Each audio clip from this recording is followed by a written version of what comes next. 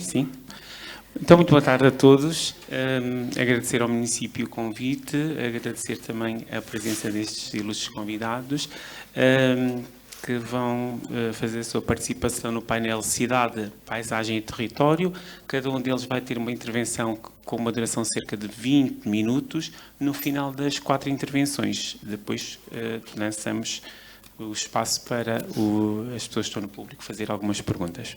Sim? Então vamos começar primeiro por Helena Barranha, é professora auxiliar no Instituto Superior Técnico e investigadora no Instituto de História da Arte da Universidade de Lisboa, tem mestrado em Gestão de Património Cultural e doutoramento em Arquitetura e vai-nos falar sobre as paisagens urbanas históricas no tempo da ubiquidade digital.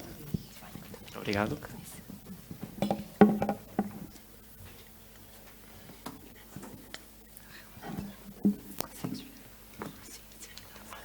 Boa tarde a todos. Antes de começar, quero naturalmente agradecer à Câmara Municipal de Abrantes e aos organizadores do Festival de Filosofia pela oportunidade de estar aqui a participar e, sobretudo, poder ouvir e poder refletir sobre os temas que têm vindo a ser aqui apresentados.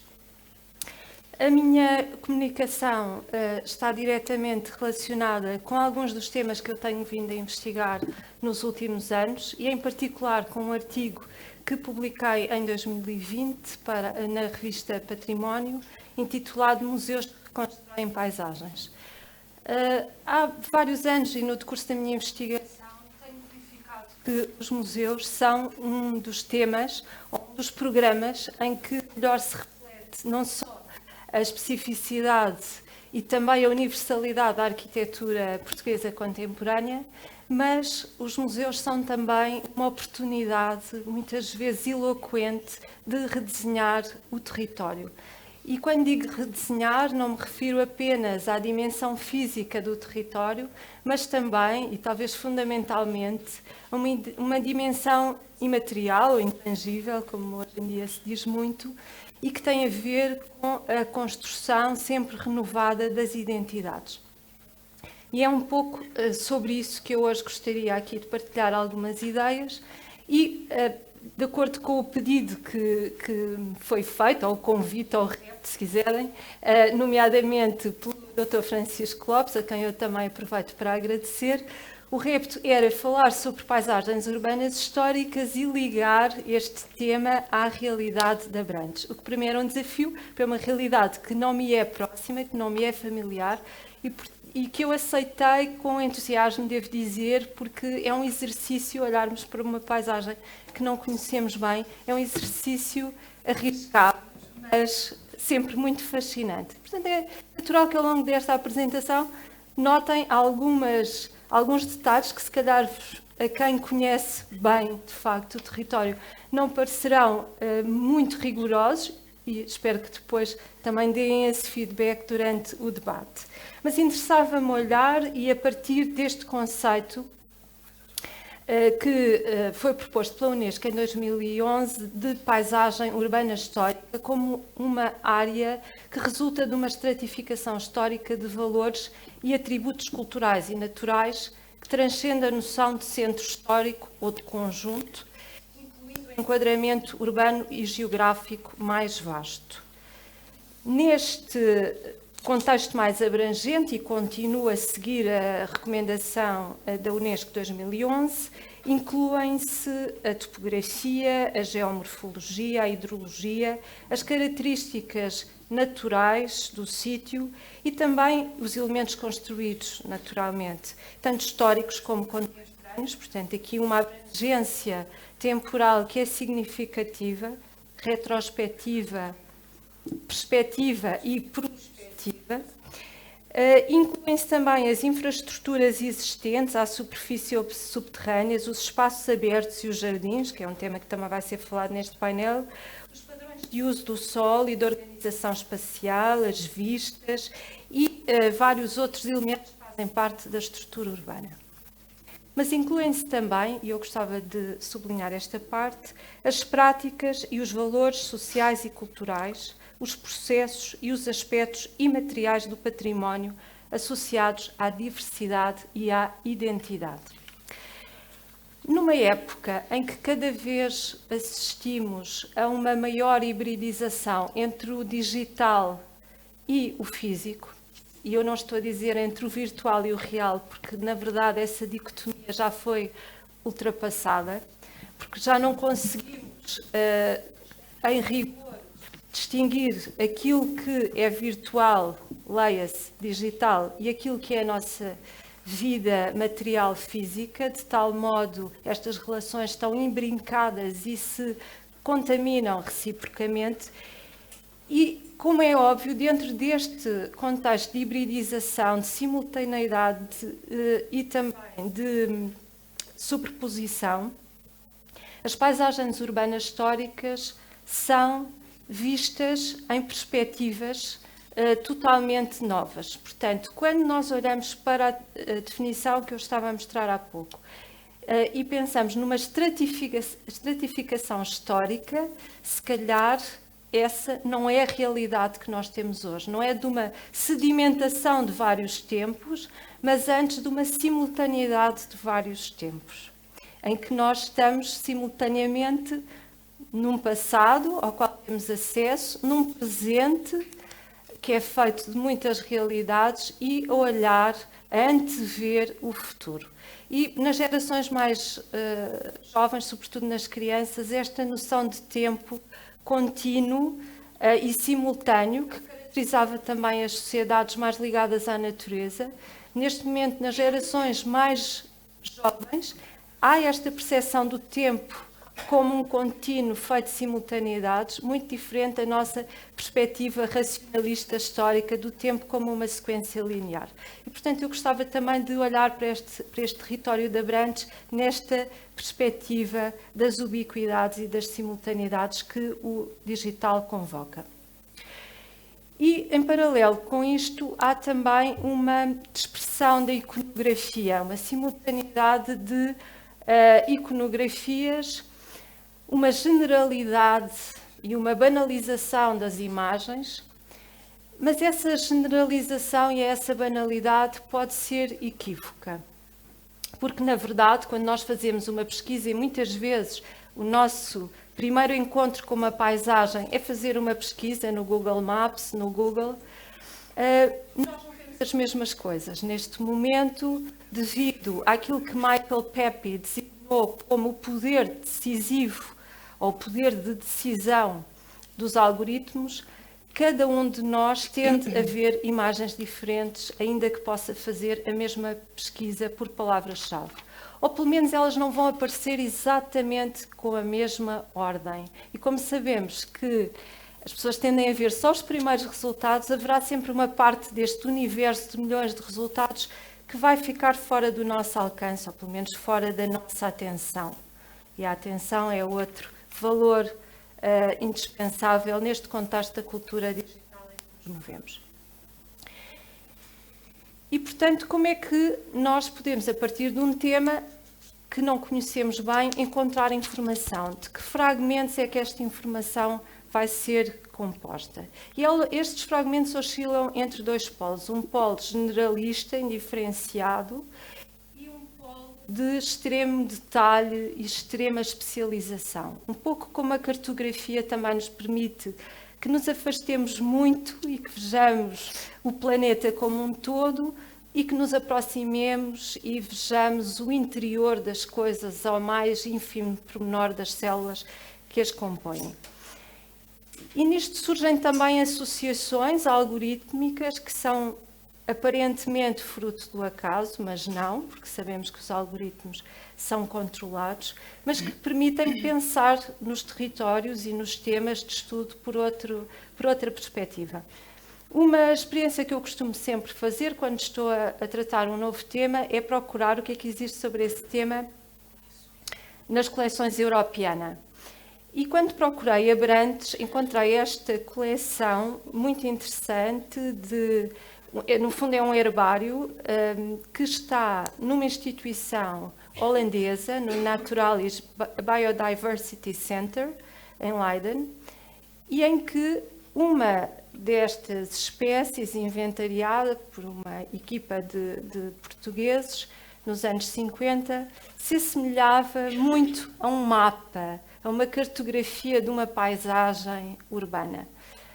E, portanto, há um nível de abstração que muitas vezes escapa ao nosso olhar humano, por circunstâncias várias, mas que num reconhecimento das imagens por inteligência artificial, estas associações surgem. Surgem não só por palavra-chave, por hashtag, como hoje em dia muitas vezes se refere, mas também por reconhecimento automático de imagens. Portanto, há, de certa maneira, aqui uma poesia de um acaso que não é acaso, que é controlado pelos algoritmos, que nos pode levar a outras observações, sobretudo quando nós estamos a falar de paisagem, e a paisagem inclui também elementos naturais. É interessante percebermos que há pedaços de paisagem deste território de Abrantes, e por termos acesso aos metadados é que as coleções europeanas são tão ricas, percebemos exatamente qual foi o território onde foi feita esta recolha entre Abrantes e Mouriscas. Ribeira do David é exatamente a expressão que está na página da instituição holandesa.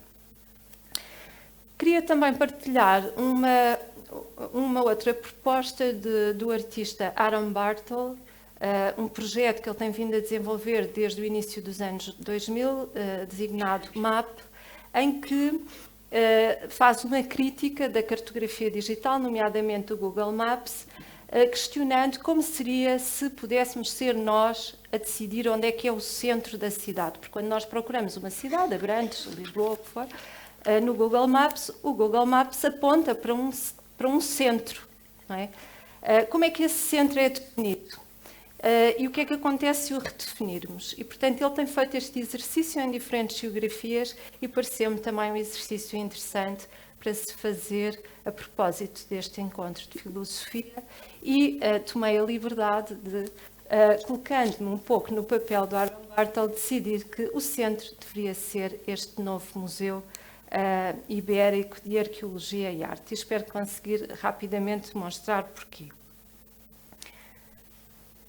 Quando pensamos em cartografia e pensamos na maneira como a cartografia contemporânea, eu não vou muito por aqui porque haverá depois no segundo painel desta tarde pessoas bem mais habilitadas do que eu para falar sobre cartografia, mas este mapa topográfico do final do século XVIII pareceu-me muitíssimo sugestivo, na medida em que ele nos dá simultaneamente um levantamento de um território, mas também um projeto para o território, uma antevisão, não é? E também há aqui esta simultaneidade de tempos.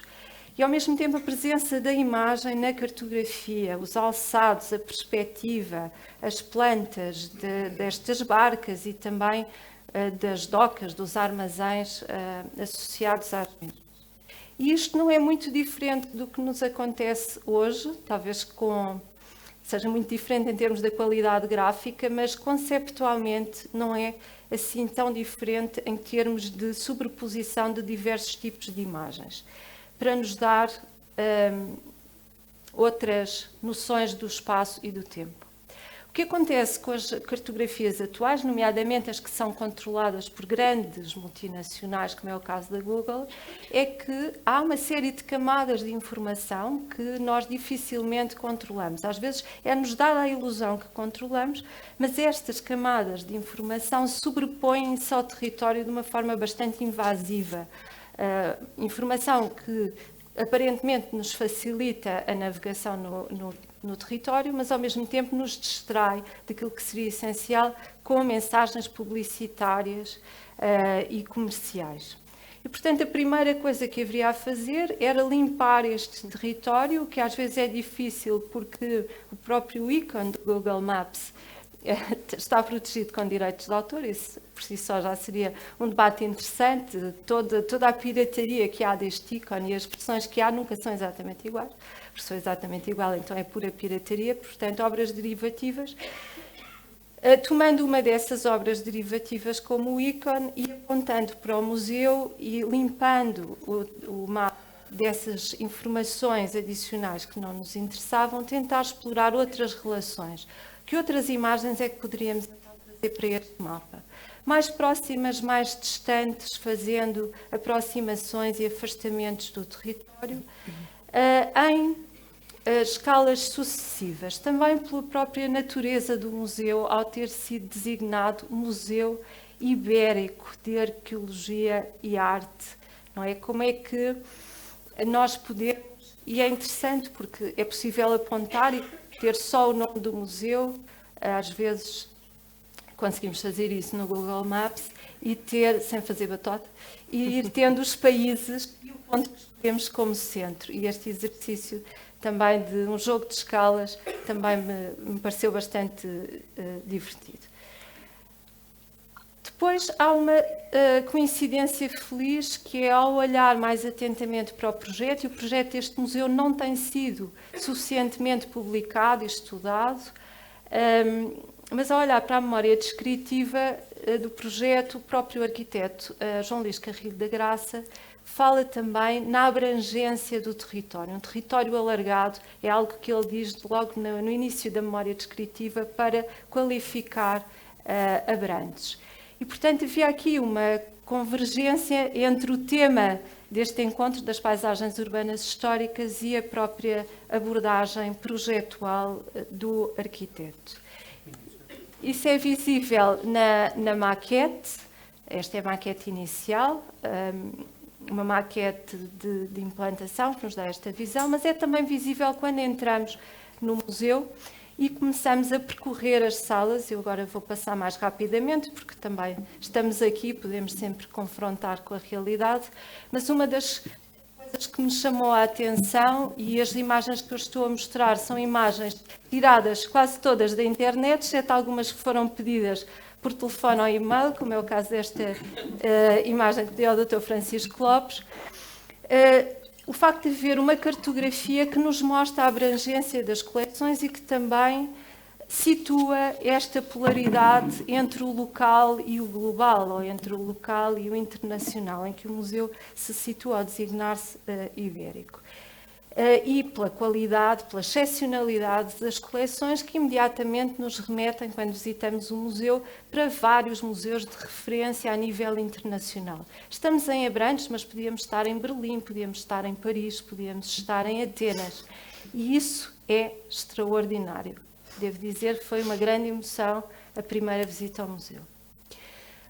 Também a qualidade da museografia, naturalmente, a par do projeto de arquitetura, todo o trabalho de investigação e de exposição que foi feito aqui, de sinalética. E depois a história do edifício e a maneira como essa história nos situa em tempos diversos. E se fizermos uma pesquisa, vamos ver essa simultaneidade de tempos de que eu falava ao início. Vamos encontrar imagens do que o convento dominicano foi antes da intervenção para o converter em museu, mas também do que é atualmente, já com o programa museológico implementado. Mas encontramos imagens do que o museu poderia ter sido. E, portanto, há aqui um vazio, uma ausência feliz, e já no final já explicarei porquê, esta torre, ao não ter sido construída, ela fica, em todo caso, impressa na história do lugar. E nós olhamos para aquele sítio como o sítio onde um dia esteve pensada uma torre. E essa ausência tem um significado, cria uma identidade por si só, e as cidades são feitas também muito daquilo que poderiam ter sido, não é? E que não foram. São feitas de tempos efêmeros, de acontecimentos, como o Creative Camp, também com a sua polémica, não foi só a torre que foi polémica, mas deixam um rasto, não é? Mesmo os acontecimentos efêmeros deixam presenças, deixam marcas identitárias, deixam memórias. E, ao mesmo tempo, este espaço em que estamos é um espaço evocativo de outros vários conventos e museus instalados em conventos que nós conhecemos. E em Portugal há muitos museus que estão instalados em conventos e mosteiros, alguns com intervenções arquitetónicas mais marcantes, como acontece com o Museu Municipal Cardoso em Amarante, outros mais próximos daquilo que era a sua arquitetura original.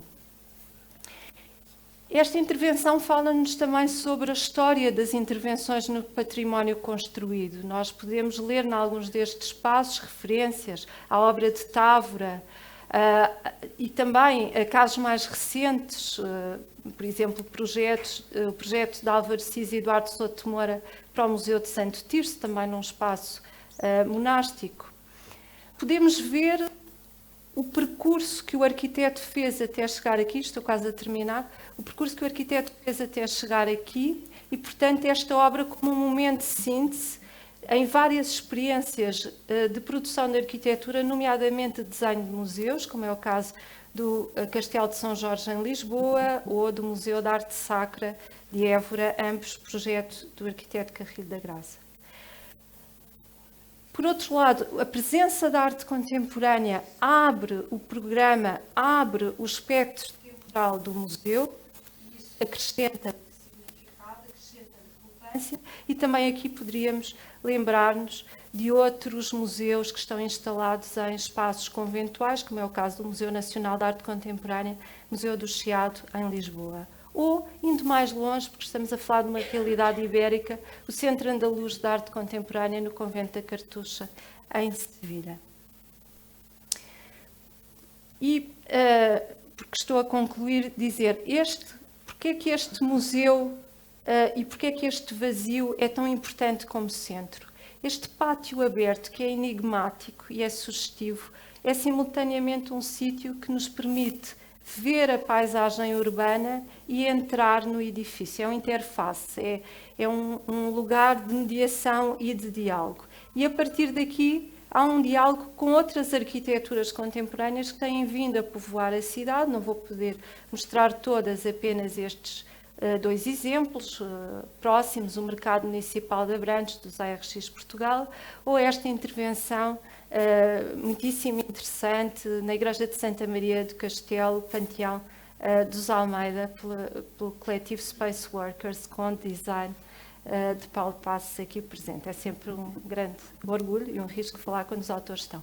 E também os projetos que estão a ser desenvolvidos, porque a cidade é um território em construção e as paisagens urbanas históricas representam esta perspectiva, como eu dizia no início. E então, este é o último slide. Esta fotografia, eu acho que também representa a situação do museu, não é? Como um espaço em que se olha para a paisagem e que reconstrói e reenquadra essa paisagem. Muito obrigada e eu peço desculpa por ter ultrapassado aqui 1 ou 2 minutos.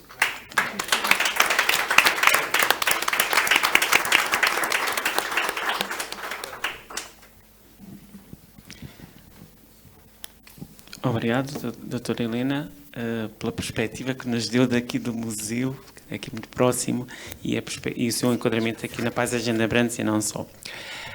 Seguimos para a próxima apresentação. Temos então a doutora Mariana Correia, que vem da Universidade Portucalense, é instrutora de Património Mundial em diferentes cursos e vai-nos apresentar uma questão na sua intervenção: paisagens urbanas históricas, um património a conservar, reabilitar ou regenerar? Muito obrigado.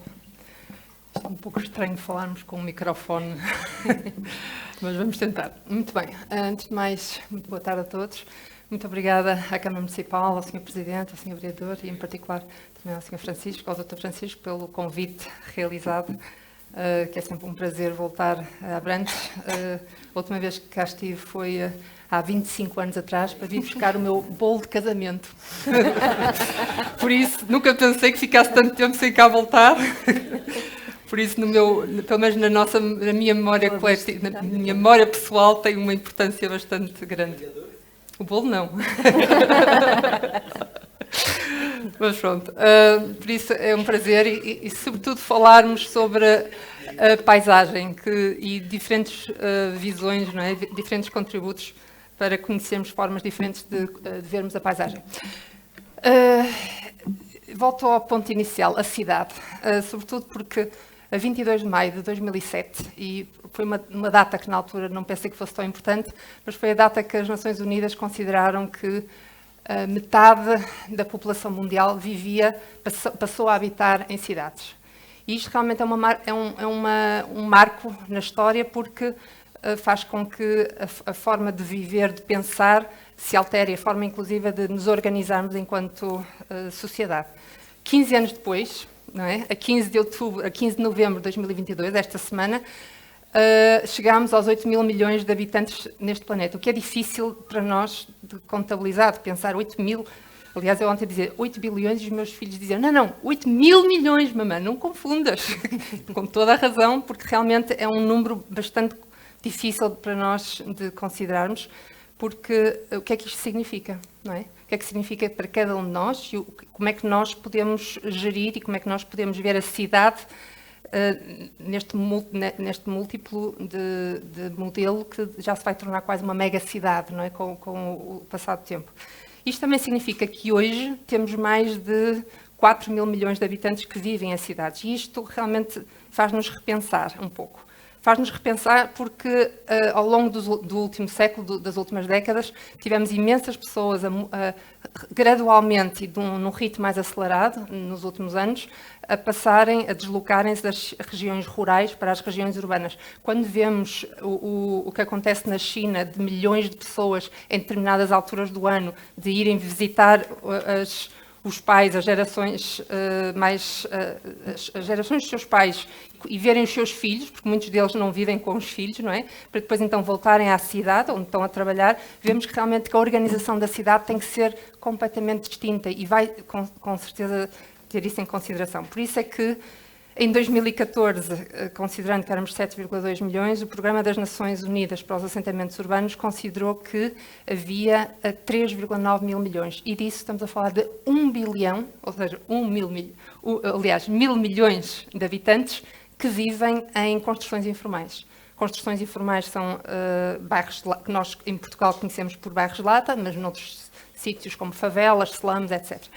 E isso faz-nos realmente olharmos para este espaço, este bairro de lata, com uma área com falta de serviços básicos, precária, com uma superlotação de habitantes e, sobretudo, com muitos espaços insalubres, perigosos, e onde há uma exclusão social constante. Estamos a falar hoje em dia já de 1.000 milhões de pessoas, não é?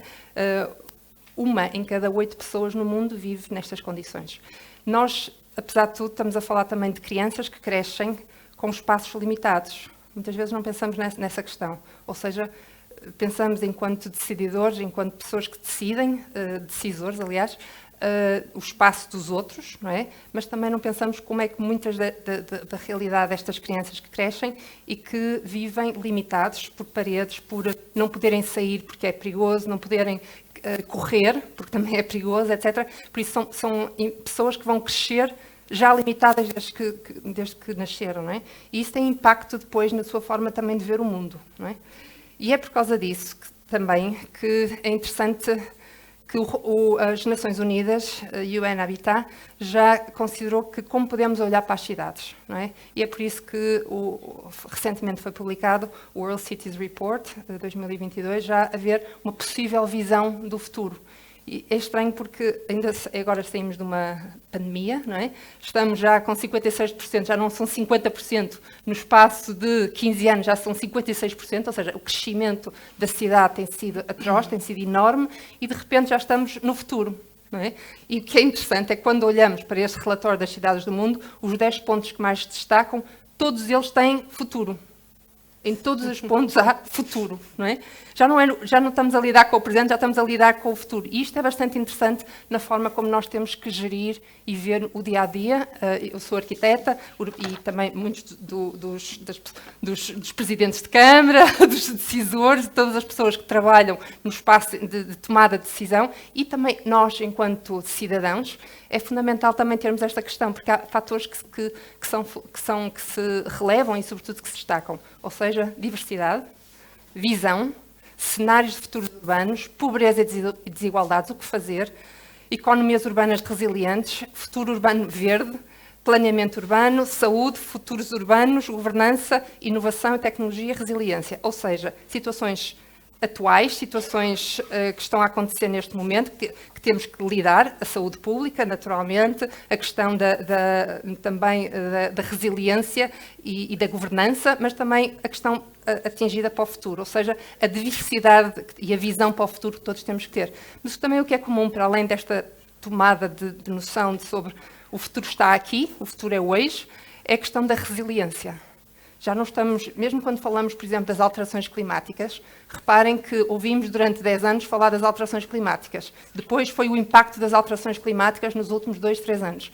E agora já não queremos ver os incêndios, já não queremos ver as cheias, todas estas alterações climáticas, já conhecemos. Agora, o que fazer? E aí é que está a questão, é como mitigar, ou seja, reduzir, e o que fazer para o futuro. E o que fazer aí é que está a grande questão, como nos adaptamos.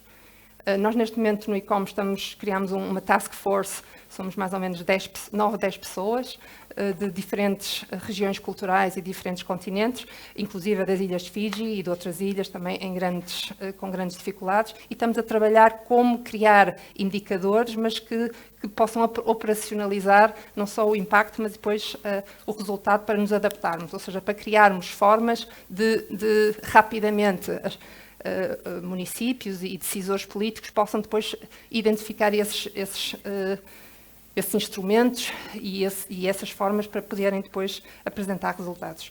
Mas isto também vem de outra situação, a resiliência das populações. E a resiliência das populações vem sendo trabalhada, sobretudo, de uma forma integrada. Nós vemos que há diversos centros históricos urbanos, um pouco por todo o mundo.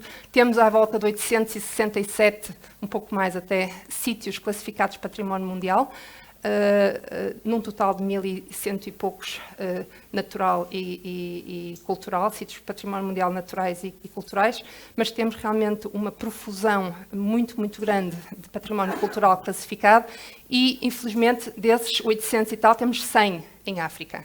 100, que é muito pouco, temos mais de metade são localizados na Europa, por isso, de repente, há esta preocupação de como, por um lado, aumentar a classificação de património urbano, haver mais sítios classificados em África, mas mais importante, como trazer, como incorporar, como integrar as populações. Isso é muito, porque muitas vezes há aquele brand, é PM, é património mundial, toda a gente quer ser, de repente nós estamos a ser bombardeados, toda a gente quer fazer parte do clube. Depois de fazerem parte do clube, ok, já está feito, podemos sair. Mas mais importante não é questão de fazer parte do clube, porque se calhar agora são 1.000 e tal, daqui a 10 anos se calhar podem ser 10.000, ou não, ou então ainda a situação vai se tornar mais rigorosa, a sua avaliação, mas mais importante agora é a questão de como é que esta lista de património mundial também pode ser mais representativa. Representativa não só de tipologias diferentes, mas representativa também de culturas distintas e de povos, muitas vezes, que têm, sobretudo agora que estamos no COP27, que estão povos que muitas vezes têm mais desafios e que têm a responder com mais exigência a grandes dificuldades. E é por causa disso que, quando fizemos a missão reativa, aparentemente, realmente o trabalho que tinham vindo a desenvolver dentro da ilha é enorme. Estamos a falar de o gabinete, o GACIM, que é um gabinete que não tem quase condições nenhumas, ordenados em atraso, desafios enormes e, no entanto, fazem um trabalho excepcional. Um trabalho com grande rigor e com grande dedicação das partes dos funcionários, e isso é de relevar. Nós não podemos chegar como europeístas a termos uma visão e a levá-las para outros. Não, esse não é o objetivo. O objetivo é trabalhar com as populações e que elas próprias podem contribuir e valorizar o seu trabalho. Mas há outro aspecto que também é bastante importante. Nós temos a ilha de Moçambique, tem metade da ilha, metade da ilha temos o bairro Makuti, na outra metade temos os quarteirões de cal, pedra e cal, e temos realmente duas abordagens distintas durante a ilha, onde viviam os portugueses, não é? Nestas estruturas históricas classificadas e que muito protegidas, sobretudo também pela pedra e cal, uma cal que está a desaparecer, já não podemos utilizar a cal tradicional, como resolver esse problema também. Por outro lado, também temos Makuti, que também está com grandes problemas de viver, mas também os materiais que estão a ser utilizados são materiais que muitas vezes estão a desaparecer. É preciso ir a 100 km de distância para ir buscar um Makuti, ou seja, há aqui bastantes desafios a superar, e que têm realmente realizado um excelente trabalho, o GACIM, mas depois temos outras situações que são prementes a muitos sítios hoje em dia património mundial, que são, e não só, em grandes cidades como esta, são situações, como vocês veem, como vocês veem à esquerda, não sei onde está, mas não faz mal, à esquerda em baixo, não é? São situações em que a fachada fica, mas o miolo é completamente alterado, o miolo dos edifícios. E isso, hoje em dia, é mais conhecido por fachadismo, mas que realmente é uma realidade presente em muitos sítios do planeta. Mas porquê? Porque há esta noção da cidade, a cidade é a fachada, não interessa o que está dentro, e o desenho da fachada faz parte do desenho urbano. E a verdade é que quem compõe os centros, estes centros históricos, não é só uma fachada, é também a vivência, como é que as pessoas vivem. E se nós estivermos a alterar completamente essa estrutura urbana, esta estrutura arquitetónica dentro dos edifícios, estamos também a alterar a forma de viver. E isso altera naturalmente a identidade e a vivência das cidades. Uma situação curiosa é que a legislação moçambicana é baseada na legislação portuguesa. E o que é curioso é que a forma de interpretar a noção de reabilitação, a noção de intervenção no património, é completamente distinta das definições e dos conceitos internacionais de abordagem. Por isso é que muitas vezes encontramos, como vocês veem à direita em baixo, muita da construção interior já com blocos de cimento ou com materiais misturados, mas completamente desvirtuados. Mas o facto de haver uma preocupação constante pela melhoria faz com que, naturalmente, a integração seja muito mais realista. E esta situação, como eu referia, em muitos sítios urbanos, em muitos centros urbanos, ficar, naturalmente, já haver também uma gentrificação desses centros devido à pressão turística crescente, mas também em que já vemos muitas das populações a mudarem-se, a deslocarem-se para os centros periféricos e, sobretudo, por causa da pressão imobiliária. E isso faz com que, em muitos dos locais, isto é um exemplo no Porto, mas há também outros, e que, inclusive, muitos deles começam a ficar classificados na lista de património em perigo, lista de património mundial em perigo. E é por causa disso que é importante, não é esta abordagem ao património, é que como é que nós queremos que o património seja habitado? Como é que devemos intervir no património? E não estou a falar só dos arquitetos, estamos a falar de nós todos, não é? Como é que nós queremos que esse património seja... O que é que deve ser feito e o que é que não deve ser feito? O que é que queremos preservar, como vocês veem à direita, por exemplo, o Open Air Museum em Bockridge, na Bélgica, onde os edifícios eram completamente transportados para que as pessoas fiquem com uma imagem de como é que eram os edifícios dos avós e de há duas gerações anteriores, não é? Ou devemos viver o património, utilizar esse património e vivenciá-lo, não é? E é por causa disso que a Carta de Cracóvia foi realizada em 2000 com essa noção de níveis de participação, ou seja, há distintos níveis de participação das populações, mas sobretudo da intervenção em património, tudo tem a ver com os tipos de intervenção que queremos, não é? E é também nessa situação que podemos considerar também distintos graus de intervenção no património, e isso vai definir naturalmente, e é baseado no nível de impacto que nós queremos que esse património tenha. Naturalmente, quanto mais a intervenção, mais intrusiva, menos património original existe, é óbvio, não é? Mas, por outro lado, não precisamos que todo o património tenha a mesma leitura, que seja vivido da mesma forma. E é por causa disso que nós temos diferentes graus e podemos considerar esses mesmos graus de intervenção de formas distintas. Temos a conservação, muitas vezes, vista como uma forma de prevenir a deterioração e a gestão dinâmica do câmbio. O objetivo, naturalmente, é tentar prolongar a vida o máximo possível do edifício e do espaço existente. Temos também esta noção de que a consistência física faz com que haja uma continuidade dos valores culturais, históricos e artísticos do edifício, por isso na conservação há essa preocupação pela preservação da integridade e da autenticidade. Ou ou temos no restauro esta visão da imagem artística do objeto que é preciso ter em consideração, ou sempre considerando esta nova unidade formal, ou seja, é muito importante termos uma unidade formal no restauro. Considerarmos, sobretudo, que há uma imagem do material. É menos o material em si, mas é mais a imagem formal desse mesmo material. Depois temos a noção de reabilitação, que a nível internacional é vista muitas vezes como uma forma de valorizar o espaço. Fallen e Giuchiletto, em particular, consideram a reabilitação arquitetónica como utilizar o mais próximo possível a função original, de modo a se assegurar um mínimo de intervenção e uma perda mínima de valores culturais, mas também temos outra, no que diz respeito à reabilitação urbana. Considera-se a nível internacional que podem-se fazer intervenções modernas, realizadas no tecido urbano original, mas deve ser a alteração desse uso, as alterações devem ser o mais limitadas possíveis. E hoje em dia essa interpretação, pelo menos no contexto português, é muito diferente. Não é o mais limitado possível, não. É exatamente o oposto, é fazer o máximo possível de alteração.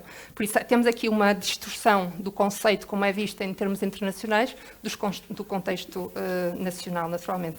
Depois temos, por exemplo, na Carta de Lisboa, isso realizado em 95, veio daí este primeiro encontro luso-brasileiro de reabilitação. Considerou-se que a reabilitação do edifício era a recuperação e a beneficiação de uma construção, resolvendo as anomalias, mas procedendo a uma modernização.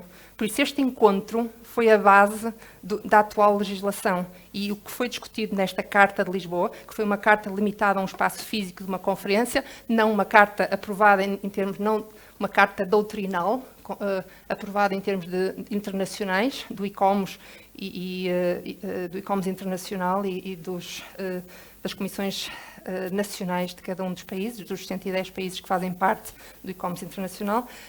Temos esta noção de alteração das definições, ou seja, reparem, a reabilitação urbana, na Carta de Lisboa, defende que pode haver, há uma requalificação da cidade existente através de intervenções múltiplas, mas é preciso valorizar as questões, as potencialidades sociais para melhorar a qualidade de vida, mas deverá haver sempre uma reabilitação e instalação de equipamentos, infraestruturas, espaços públicos, mantendo a identidade e as características da área da cidade a que dizem respeito.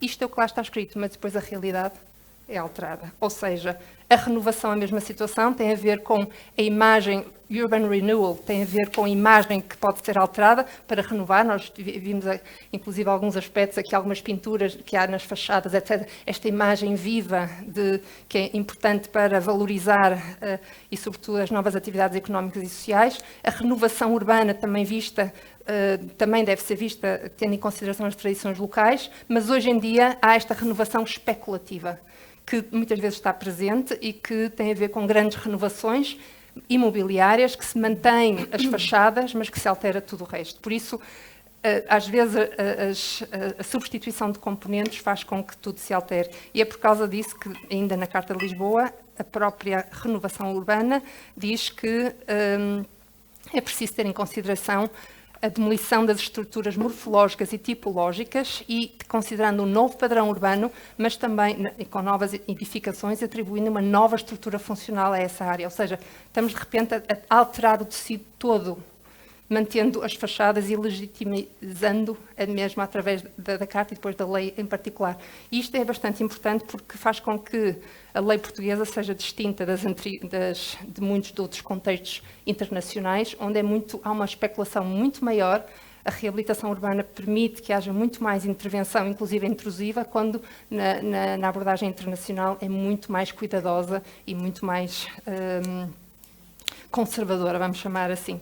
Depois temos também a revitalização, que tem sido muito utilizada, e que tem a ver sobretudo com esta questão, conjunto de vitalidade social, que é preciso manter, a regeneração, onde é preciso também ter em consideração este ambiente vibrante associado a uma ampla atividade económica, e que é muito utilizado, mas já é muito menos conservadorismo associado ao mesmo, e que hoje em dia utiliza sobretudo para renovar, para regenerar áreas em grande deterioração. E temos naturalmente esta visão que se vê e que tem muito associada à interpretação e à definição e aplicação de conceitos internacionais distintos do contexto português. E é por causa disso que é realizada a recomendação para a paisagem urbana histórica, que procura também, de certa forma, alterar e de deixarmos de ter uma imagem pesada, uma imagem histórica, uma imagem estática, mas uma imagem que possa ter outras visões. Uma paisagem urbana histórica que permita maior contribuição em termos com caráteres dinâmicos e também com formas muito mais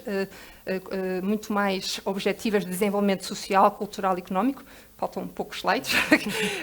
E, sobretudo, com esta visão de qualidades tangíveis e intangíveis do ambiente humano. Ou seja, as pessoas têm importância. E isso é que faz a grande diferença, porque é uma visão onde, e isto é bastante interessante, porque realmente o Festival de Filosofia de Abrantes tem um contributo nesse aspecto. Estamos a falar de uma recomendação HUL, onde tem que haver políticas públicas que valorizem a paisagem histórica e cultural e que haja, sobretudo, um maior caráter cívico e cultural das pessoas. Ou seja, as pessoas têm que participar e têm que o fazer de uma forma mais ativa. E, realmente, estas ferramentas que são utilizadas, este festival é um bom exemplo. Outros que também têm vindo a desenvolver, por exemplo, ontem estive a apresentar a Portugalense, a FAUP e a Universidade do Minho, os três em conjunto, desenvolveram esta plataforma sobre The Future Design of Streets. E o que é interessante, que estávamos a discutir ontem, era a qualidade do ar e a qualidade da água, que hoje em dia, algo que era normal, hoje em dia já é questionado, e também as plantas e os solos, algo que não se tinha em consideração e que hoje em dia é fundamental na cidade que nós vivemos. E, para terminar, os últimos 2 slides, tem a ver com uma aula muito interessante dada pelo professor Sidónio Pardal, que é um arquiteto paisagista de grande relevância no nosso país e que participa já realizou diferentes parques, nomeadamente na cidade do Porto e outros, mas ele refere algo que é bastante importante. Nós temos que estar em contacto com a natureza. As nossas populações têm que crescer com a natureza. E não são parques preenchidos com jogos e com estacionamento e restaurantes. Isso deixa de ser um parque natural, isso passa a ser um parque de diversões, mas o parque tem que ser livre. As pessoas têm que correr, as crianças, os jovens têm que correr e fazer parte e crescer nesses parques. E isso faz com que nós olhemos outra vez para estes cenários do futuro completamente diferentes e, o último slide, temos a noção que nós, enquanto cidadãos, temos que fazer a diferença. Qual é a visão que nós temos para daqui a 10 anos? Não é dos outros tempos. Nós. Como é que nós queremos a nossa cidade? Como é que nós queremos Abrantes? Igual a como está hoje? O que é que nós gostávamos que Abrantes tivesse? Ou as cidades onde nós vivemos? E isso faz com que, se nós próprios temos essa visão, e participarmos de uma forma ativa, com uma visão mais do cidadão, então podemos fazer a diferença e, naturalmente, os decisores políticos podem nos ouvir. Mas se nós não somos ativos, se nós não participarmos, como é que eles nos podem ouvir? Como é que eles nos podem fazer a diferença e responder ao que o cidadão quer? É só. Obrigada.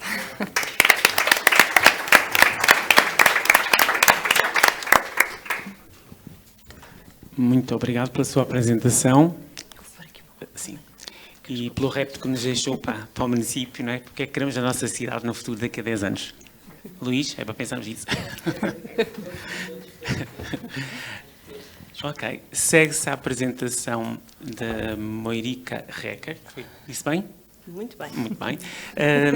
Fez o seu percurso académico por Amsterdão, por Lisboa, por Nova Iorque, é doutorada em Filosofia aqui pela Universidade de Lisboa e na sua apresentação faz-nos também uma questão, pergunta-nos uma cidade sem jardins? Vamos ouvir. Obrigado.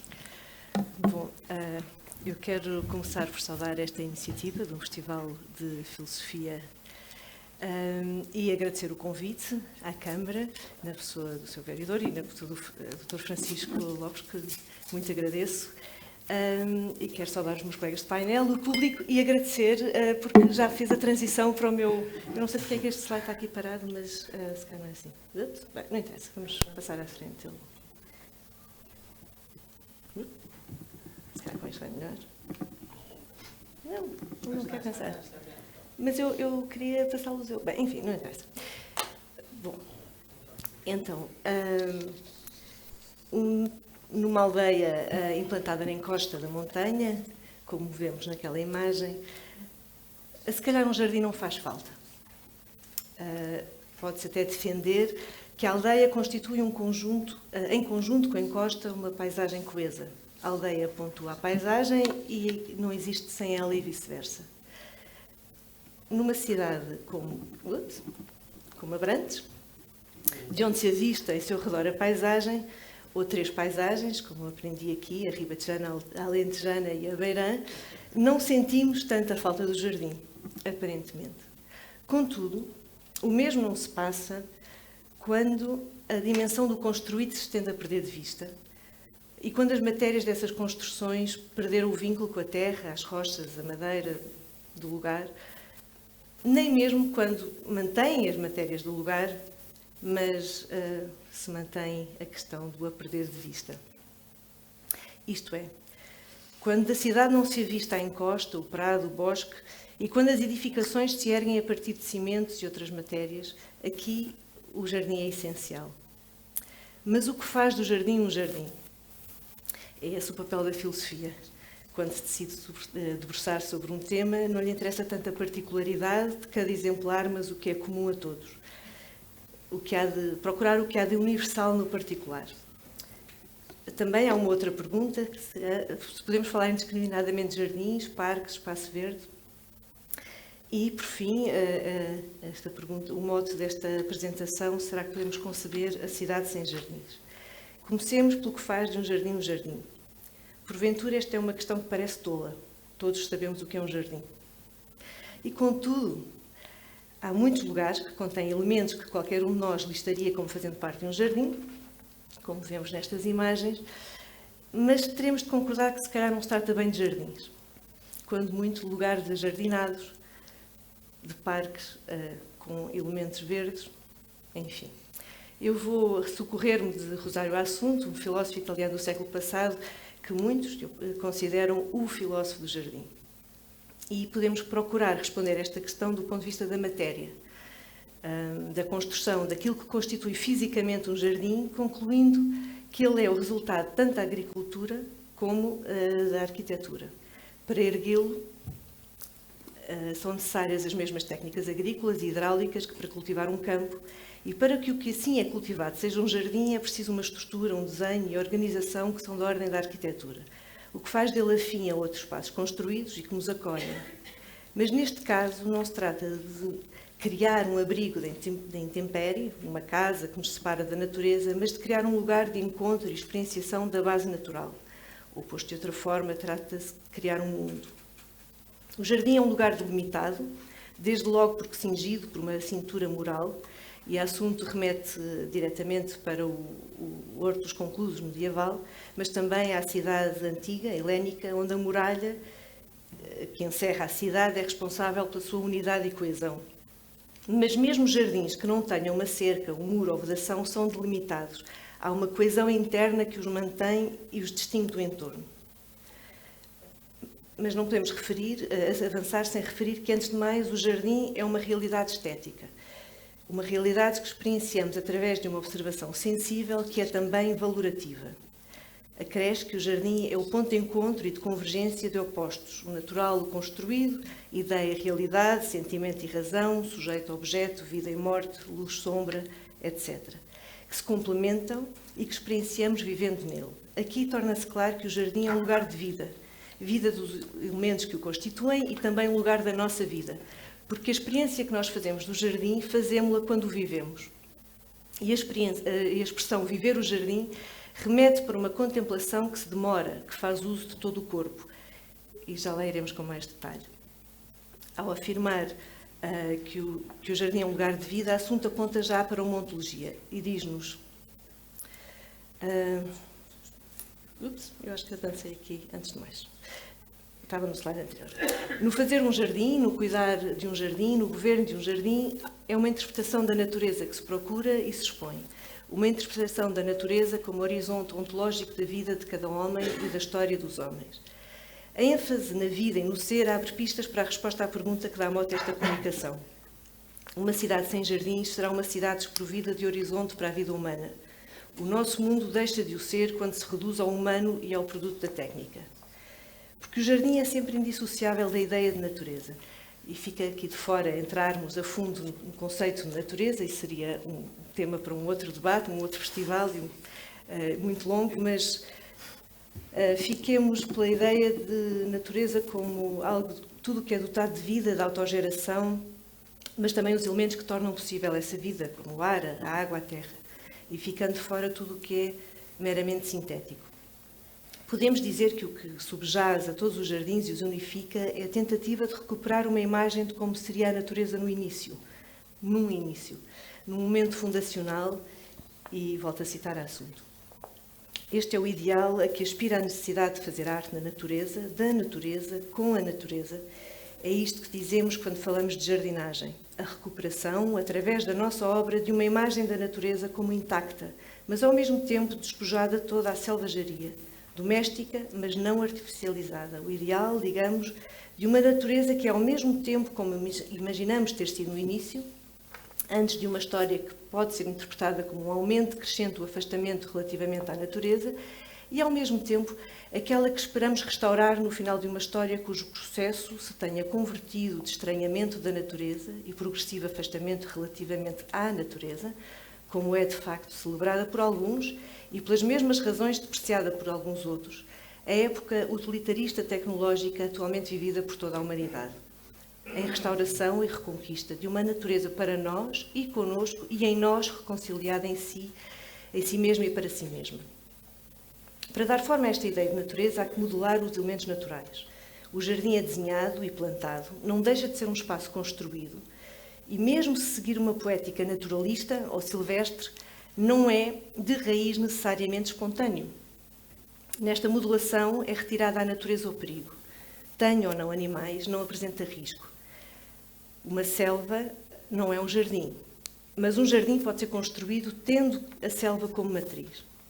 Por sua vez, a paisagem, quando considerada esteticamente, tende a tomar a forma de jardim, ou seja, é entendida como um jardim ideal, onde a natureza é original, prévia a qualquer transformação humana, e associamos sempre esse período à perfeição, e é modelo para qualquer atividade que ordene o mundo. O jardim, diz-nos o assunto, é a natureza pensada como beleza ideal e modelada como beleza real. E é também por isso que a ideia de jardim remete sempre à ideia de paisagem que determinada cultura tem e vice-versa. Isto é, nós concebemos o jardim como se este fosse uma paisagem em pequena escala, da mesma forma que procuramos na paisagem um jardim em estado natural, selvagem. Embora se trate de duas realidades distintas, elas tocam-se em muitos pontos. Ambas são reflexo da ideia de natureza primeva, onde homens e animais conviveriam em harmonia, dele se alimentando, se vestindo. Cada jardim em particular é uma realização na qual a ideia de jardim se materializa, configurando-se de cada vez como uma forma da relação homem-natureza, e esta relação apresenta-se como uma tipologia da relação sujeito-objeto. Mas vamos seguir assunto mais um pouco na determinação da essência de jardim. O jardim é uma construção que tem por fim a contemplação. Isto é, o jardim é o resultado de uma ação que tem na contemplação a própria razão e o próprio fim. Jardim e contemplação são indissociáveis, portanto. E aqui talvez se vislumbre uma resposta à segunda pergunta. Se jardim, parque e espaço verde serão a mesma coisa. Mas já lá iremos. Importa sublinhar que a contemplação estética da natureza não se dá apenas num plano intelectual ou espiritual. Ela vai além do binómio olho-intelecto, convocando, ao invés de todos os sentidos corpóreos. Dá-se na e pela presença física do corpo, convoca o pensamento, é certo, mas não abdica da sensibilidade, ou seja, é uma simbiose entre o objetivo e o subjetivo. A contemplação embrenhada, por assim dizer, do jardim, não passa só pela admiração das suas formas e cores, portanto, mas também pelo inspirar fundo o ar que ali se inspira, os odores, o frescor, o calor, por sentir a dureza ou a suavidade do solo, por provar até os frutos e ervas aromáticas ou outras plantas comestíveis, por movimentar-se, aproximando-nos, afastando-se de determinados detalhes, num jogo de descoberta de grandes, médios e curtos planos, fixando-nos ora no todo, ora em detalhes, que não são estanques, fixos, bidimensionais, mas que antes abrem a experiência a múltiplas dimensões do espaço e do tempo. É aqui que divergem uma pintura ou uma descrição literária de um jardim real, no qual vagueamos presencialmente. Numa pintura ou ao ler uma poesia, temos uma experiência imaginativa de um jardim.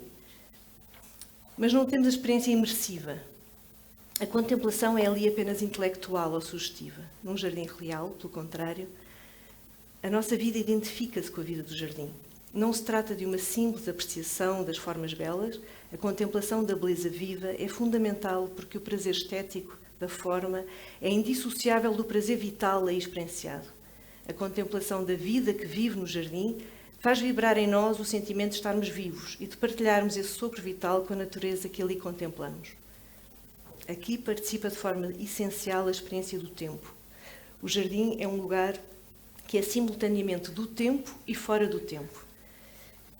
Não se trata do tempo efêmero, caduco, precário, mas aquele que é descrito por Platão no Timeu como imagem móvel da eternidade. A circularidade das estações que ali presenciamos revela um tempo que não é mera caducidade, mas renovação e infinito. Uma imagem da temporalidade cíclica e infinita da natureza, de que nos apercebemos de formas diferentes em cada um dos seus 3 reinos. A temporalidade vegetal é a negação da irreversibilidade. É o tempo circular que regressa a cada vez de novo, garantia de futuro e vislumbre do infinito. No tempo mineral, a água e a rocha espelham-nos 2 facetas distintas, quase opostas, a presença em movimento e a presença imóvel. Da imobilidade aparente das rochas à fluidez da água correndo dos rios, ribeiras, cascatas, à quietude e aparente estagnação das lagoas ou lagos de jardim. A água evoca a passagem do tempo como confluência pontual de passado e futuro. A água é a imagem do infinito da temporalidade dentro da finitude do espaço, diz Assunto. O espaço-jardim é finito, mas o tempo não. E o jardim é justamente essa imbricação de espaço e tempo.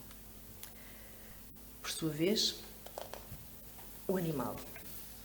Não, antes do animal, as rochas. Eu saltei aqui qualquer coisa. As rochas estão ali. As rochas são a perenidade absoluta, o tempo longo, geológico, que estava antes e que ficará depois do nosso tempo. Já o animal é a imagem da vida e da presença, traz-nos a imprevisibilidade da pura liberdade de movimento, ou seja, é toda uma experiência do tempo que nos escapa na cidade anónima, na megalópole, de que falávamos ontem, na conurbação extensiva, anteontem, e que o jardim nos oferece numa peculiar conjugação de espaço e tempo que nos transporta para lá do sempre igual do cotidiano das nossas vidas sem tempo. O jardim é a materialização de um ideal de paisagem na qual a própria natureza é obra de arte. E não um tema de interpretação artística ou um modelo de mimese, mas uma obra de arte co-construída pela própria natureza, resultado não exclusivo da ação humana, mas conjugação desta e da autopoiese da natureza. No jardim, ao contrário dos campos agrícolas, a natureza é expressão, representação de si própria, liberta de qualquer função, ela é um fim em si mesma. Um terceiro ponto importante é que o jardim é um modelo da relação homem-natureza. Ensina-nos, se estivermos atentos, a relacionarmos com a natureza não unicamente como recurso material, mas como fonte de vida, manifestando-se aqui a sua dimensão ética. O jardim é antagónico à ideia de consumo, tal como é antagónica a uma visão industrial e massificada da natureza. E resgata a natureza da mecanização produtiva que vê os campos como fábricas, apenas. Na contemplação do jardim, o desfrute estético e a reflexão metafísica unem-se, ensinando-nos o jardim a viver a natureza de forma direta. E diz Assunto, escutando-lhe as vozes que mudam de acordo com as estações, o farfalhar dos ramos, o canto dos pássaros, o zumbir dos insetos, o canto das cigarras. Ou seja, o jardim na cidade impede que o habitat do homem se constitua apenas de cimento e alcatrão. Aquilo que Assunto diria que ou caracteriza como uma aridez que sufoca e devasta a alma.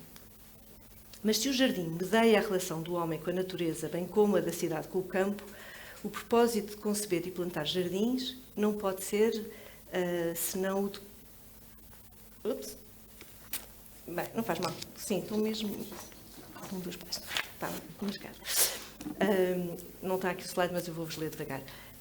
Promover e cuidar e de todas as formas preservar e fazer crescer a beleza da terra e da natureza e, portanto, de fortalecer uma feliz relação entre o homem e a terra da qual é filho e que o nutre, bem como entre o homem e a natureza à qual pertence enquanto ser vivente, assim como enquanto seres vivos, integram a joaninha, o escaravelho dourado, o sapo e a osga. Esta questão do animal, não só da temporalidade que já falei atrás, Assunto é um dos primeiros a sublinhar a importância animal e dos insetos na paisagem e no jardim. duas realidades que por hábito identificamos apenas com o reino vegetal e mineral. Um espaço verde, a paisagem, muitas vezes é apenas, ou pensamos apenas como um espaço de plantas e esquecemos dos insetos e dos animais que são essenciais. Por fim, esta relação entre finito e infinito. Para assunto, a filosofia é sempre, e cito, uma procura do fundamento infinito no qual se justifica a clareza do real, que nele e para ele adquire um sentido e um valor anterior e posterior ao seu dar-se na experiência. Se o jardim seja de pequena ou grande dimensão, seja ou não delimitado por muros, é sempre um espaço que podemos de alguma forma abarcar. Ser espacialmente finito não implica ser desligado do inteligível. Jardim e paisagem são precisamente manifestações ou espelhamentos do infinito no finito, e onde o finito se abre ao infinito. Esta imbricação é particularmente visível quando a paisagem e o jardim se tocam. Aqui em Abrantes Abrantes é um sítio muito especial nesse sentido. Nós vemos é como se estivéssemos perante esse infinito que se estende. Esta imbricação mostra-nos que é quando as qualidades estéticas do jardim, se estendem à paisagem e vice-versa. E o jardim reflete essa paisagem circundante, convocando-a para o seu interior. As plantas, isso vê-se muito bem no Jardim do Castelo, onde estivemos hoje de manhã. As plantas, as árvores, os arbustos, o manto vegetal, a água, os recantos e clareiras do jardim remetem-nos para todos esses elementos que encontramos na paisagem. E é este movimento de vemos lá fora o que está cá dentro, e do jardim podemos avistar como se o jardim fosse um ecoasse o que está para além da cidade. E esse movimento de vermos aqui o que está lá fora e fazermos essa ponte é um dos pontos fundamentais do jardim. E por isso é que uma intervenção na cidade, que não se constitua através dessa conjugação de árvores e arbustos e manto vegetal e que não tem essas clareiras de sombra e luz, onde a luz se torna tanto escultura como escultora, não pode realmente ser considerado um jardim. É mais próprio chamar-lhe uma praça, um arranjo, uma estrutura. Não temos que chamar tudo de jardim e devemos justamente separá-los para lhes podermos dar valor. Para assunto, e eu não poderia estar mais de acordo, fica desde logo de fora pensar se um jardim inerte ou feito inteiramente de objetos artificiais. Há muitos designers de jardim que fazem jardins sem uma única planta, e isso para assunto é uma aberração. Não é que esses lugares não sejam passíveis de consideração estética, são, mas não são jardins, são outra coisa e devem ser contemplados enquanto essa outra coisa, seja ela o que for.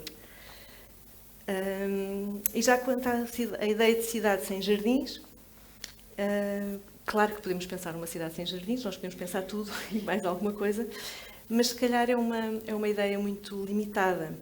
É certo, como bem nos frisou a professora Adriana Serrão, no primeiro dia deste festival, que a cidade é o domínio do humano, do cidadão, da cultura. Mas tal não quer dizer que não precisamos de jardins na cidade, antes pelo contrário. Precisamos deles para sermos mais humanos. Senão até podemos pensar nos vários locais, em várias pequenas aquelas primeiras aldeias que mostrei, não é? Completamente inseridas na paisagem, que não raras vezes têm pequenos jardins, porque há todo um lado do jardim que eu não abordei aqui muito, nem vou abordar, porque fica para outra vez, mas que tem a ver com a beleza, com o papel fundamental da beleza, o papel fundamental do jardim de nos relembrar a importância da beleza para as nossas vidas e para as nossas condições e para a nossa condição de seres viventes. Viventes, portanto, afins às plantas, aos bichos, aos outros, porque o nosso mundo não é o da máquina, apenas. E pronto, ficam sem mais perguntas para responder, mas esse também é o encanto, é o que é que podemos ver a seguir. Obrigada.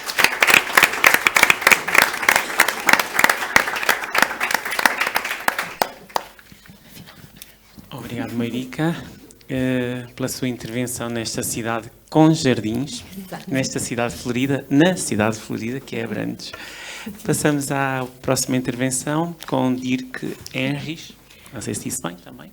É investigador doutorado na área da filosofia pela Universidade de Lisboa, mestrado em filosofia, literatura alemã e história pela Universidade de Basileia, e vai-nos apresentar como tema Cidades do Presente, Paisagens do Futuro, Reterritorializar a Terra. Muito obrigado. Então, boa tarde. Eu não tenho slide, eu vou falar livre. Gostaria de agradecer muito pelo convite, amável convite de estar aqui em Abrantes. E gostaria de dizer que essa experiência de falar sobre temas de filosofia fora de Lisboa ou fora de uma grande cidade, centro, em Portugal, não é a primeira vez. Esse ano foi em Vidigueira. Alguns tempos atrás eu tive a possibilidade de estar também na Aldeia da Luz. E eu acho incrível essas iniciativas de descentralizar o pensamento, de trazer o pensamento para fora das grandes cidades, para agir contra a monopolização do pensamento que no mundo inteiro se concentra, né, nas grandes metrópoles, e não só nesse sentido do pensamento. Então, falaria um pouco sobre as cidades, para começar, também seguindo o meu título. Como vocês sabem, as cidades surgiram uns 6, 8 mil anos antes do nosso tempo, no Meio Oriente. Eles eram formas de justamente de centralizar o poder, de começar a ordenar o território, de hierarquizar as classes e de organizar os mais variados aspectos da sociedade, seja religião, política, técnica. Tudo isso aconteceu nas grandes cidades.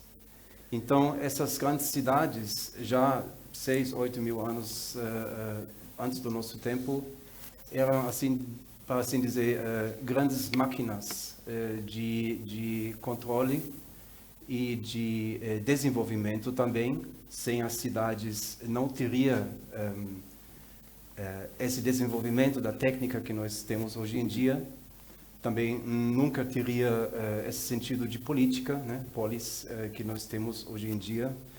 Mas, ao mesmo tempo, o que aconteceu com essa centralização que aconteceu com as grandes cidades, aconteceu essa cisão entre a paisagem, por assim dizer, quer dizer, tudo que era em volta das cidades, e a própria população que vivia dentro das cidades.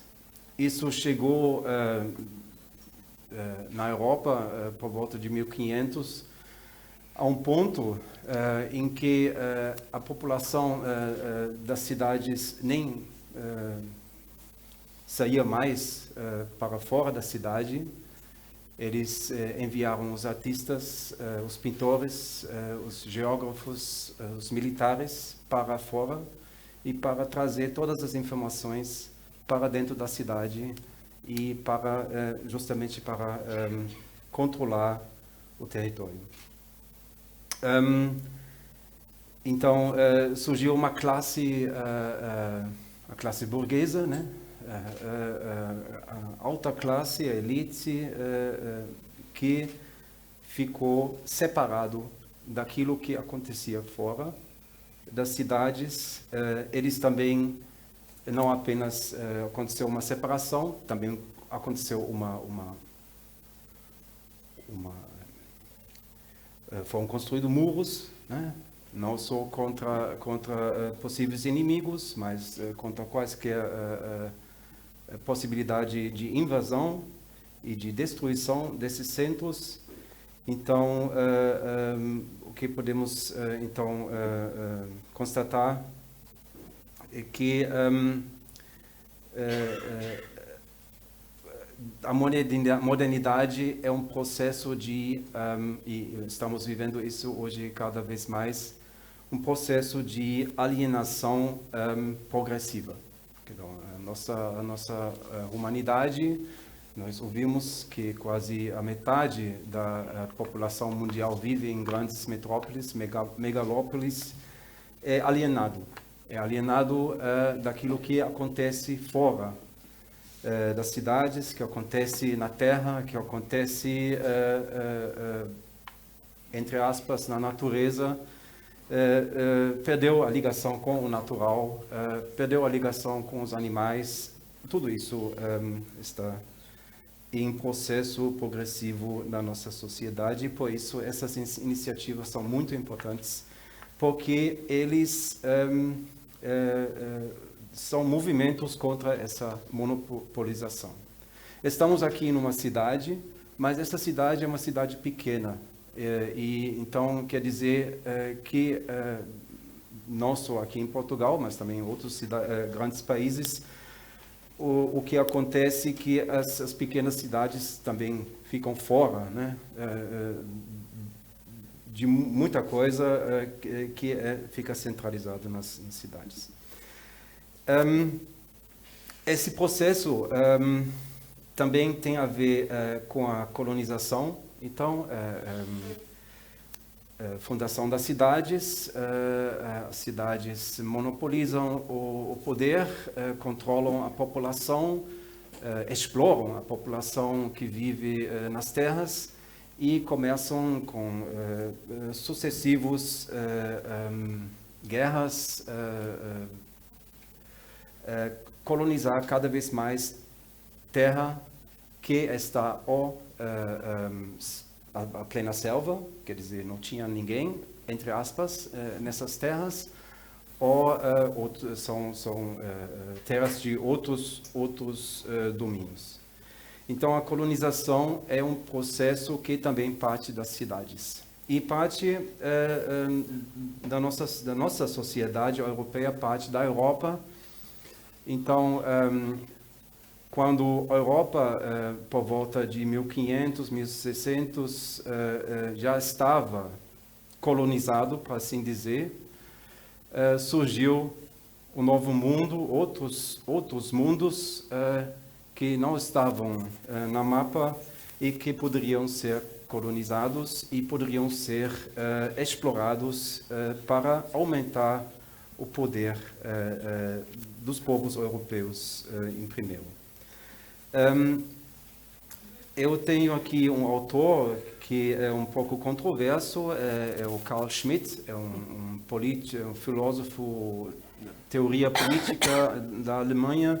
Ele escreveu um livro que se chama O Nomos da Terra, e ele descreve nesse seu livro muito bem como esse processo da colonização foi muito importante também para a própria constituição do Estado da Europa e dos Estados na Europa, e como esses territórios no Novo Mundo foram considerados como territórios sem direito, sem ninguém, livre exploração. O que eu também queria antes dizer, que essas cidades que foram construídas já milênios atrás e nasceram das ruínas das aldeias. E eu achei isso vem de um autor que se chama Leroy Gorin, que ele é um estudioso, um antropólogo, etnólogo, que falava disso. Então podemos imaginar como o que acontece quando uma cidade é fundada ela deixa muito para trás ruínas de aldeias. Não é só criação, é muita destruição que acontece numa constituição de uma cidade. Então, dessa ideia, dessa noção da colonização primeiro da Europa, depois do mundo inteiro, nos leva à noção que o nosso planeta hoje em dia é por completo colonizado. Isso é óbvio, e isso leva a pessoas como empresários grandes de pensar agora em colonizar outros planetas, porque o próprio planeta já está colonizado, então precisam ir para outros mundos para continuar o mesmo raciocínio, a mesma forma de pensar, o mesmo agir colonizador, com os mesmos pressupostos e com a mesma forma de se apropriar cada vez mais daquilo que aparentemente não está de propriedade de ninguém.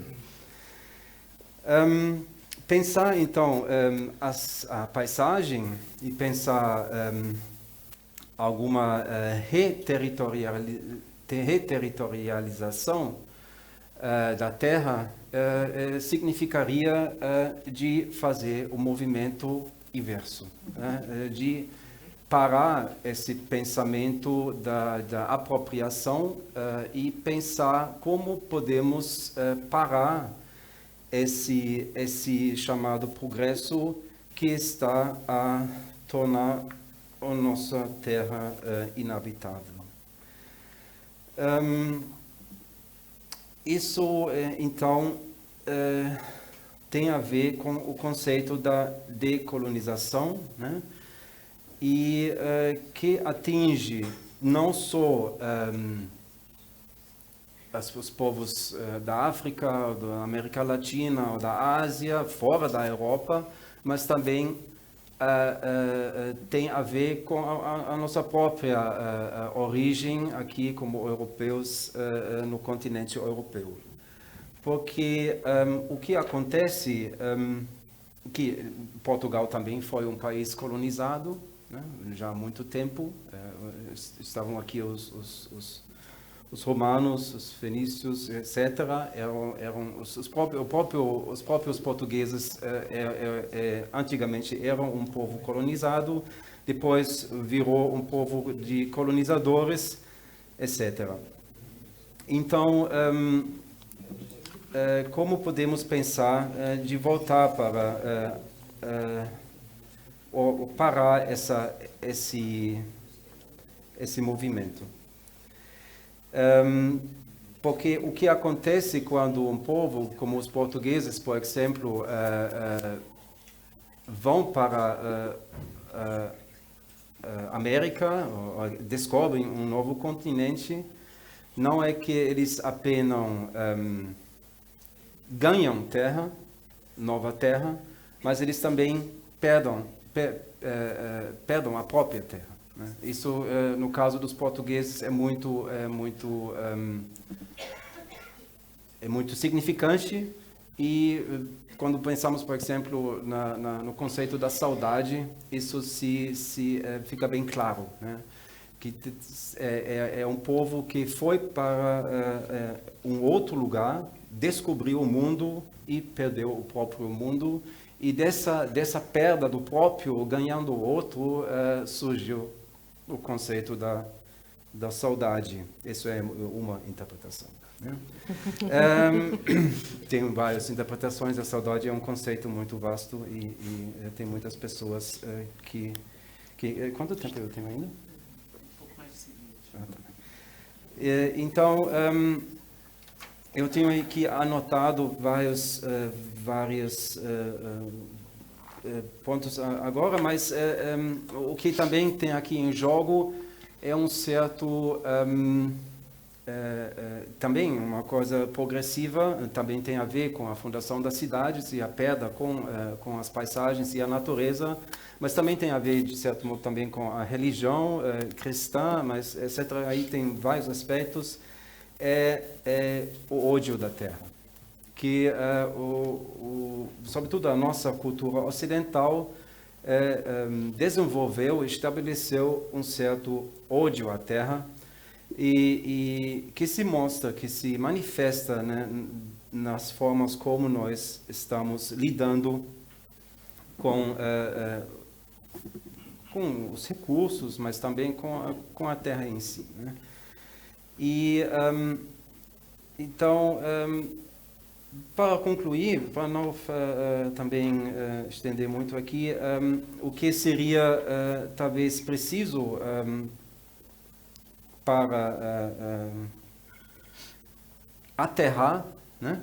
Para aterrar novamente e para começar a amar a terra de forma não assim, não é como um clichê, mas mesmo de também de ficar ligado novamente com a terra. Não só seria necessário de repensar o sistema econômico em que vivemos, né? Mas também seria preciso e muitos têm, eu não digo que ninguém tem isso, mas muitos têm essa relação com a própria vida, que a vida não é eterna e que também, por exemplo, na arquitetura, não faz sentido de construir coisas que duram 1000 anos, ou qualquer ponte ou qualquer prédio, e de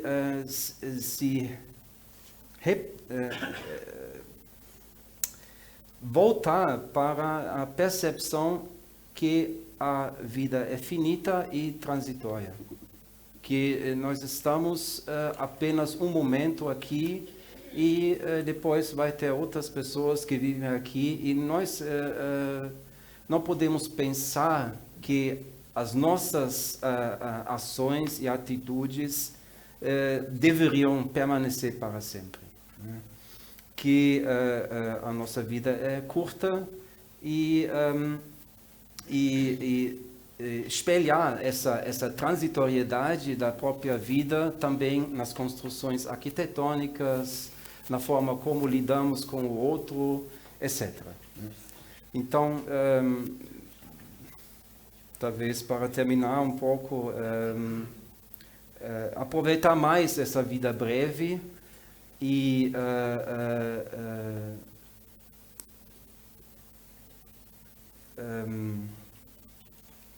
criar essa certa responsabilidade através desse pensamento para as gerações futuras.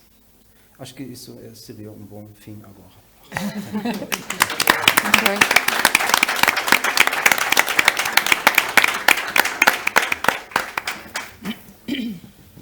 Muito obrigado pela sua apresentação, Dirk, e pelo o apelo que nos deixou da sustentabilidade e pensar no futuro, que é realmente um conceito bem atual e temos que pensar mais nisso. Muito obrigado.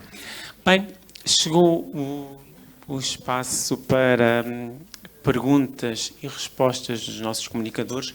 Pedimos que, efetivamente, este espaço fosse mesmo mais de perguntas e menos de comentários ou corroborar as apresentações dos nossos oradores, e passava então a palavra aí para o público. Quem sou eu primeiro? Bom,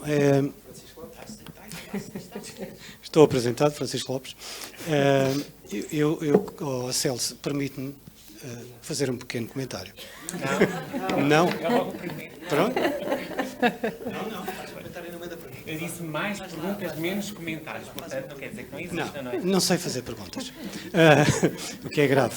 Mas é um pequeno comentário que eu digo que não me vai levar a mal. Mas é que Portugal nunca foi colonizado. Ou que quer dizer, nesse período pelo menos, não foi colonizado por romanos, porque o que existia no espaço que hoje é Portugal não era Portugal. Portugal não existia. Os lusitanos, então. Não me leves a mal. Porque, Dar a volta. vamos lá ver uma coisa. Porque é isso que por vezes, eu só gostava de juntar aqui o rigor da história à filosofia. Porquê? Porque é isso que, infelizmente, essa falta de rigor, por vezes, tem levado a extremos que justificam, por exemplo, as imposições de revisionismos históricos a que assistimos cada vez mais. Isso seria o mesmo que dizermos que o Heródoto não é grego, porque nasceu numa região do Império Grego de então, que era a Anatólia, mas que hoje é Turquia, não é? Ninguém diz que o Heródoto é turco, ele é grego. Portanto, podíamos perguntar-nos também o que era ser romano. Ser romano na Península era mais ou menos o que era ser romano na outra península, na Itálica, não é? Porque era ter uma cidade geométrica, era falar uma língua comum, era ter uma administração perfeitamente organizada, uma paz imposta, etc, etc. Não é? É só isso.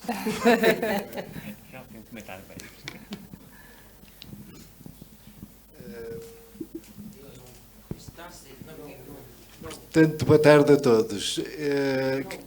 Portanto, Fernando Antunes, vivo em Abrantes, não sou de cá, mas, portanto, hoje sou abrantino de coração.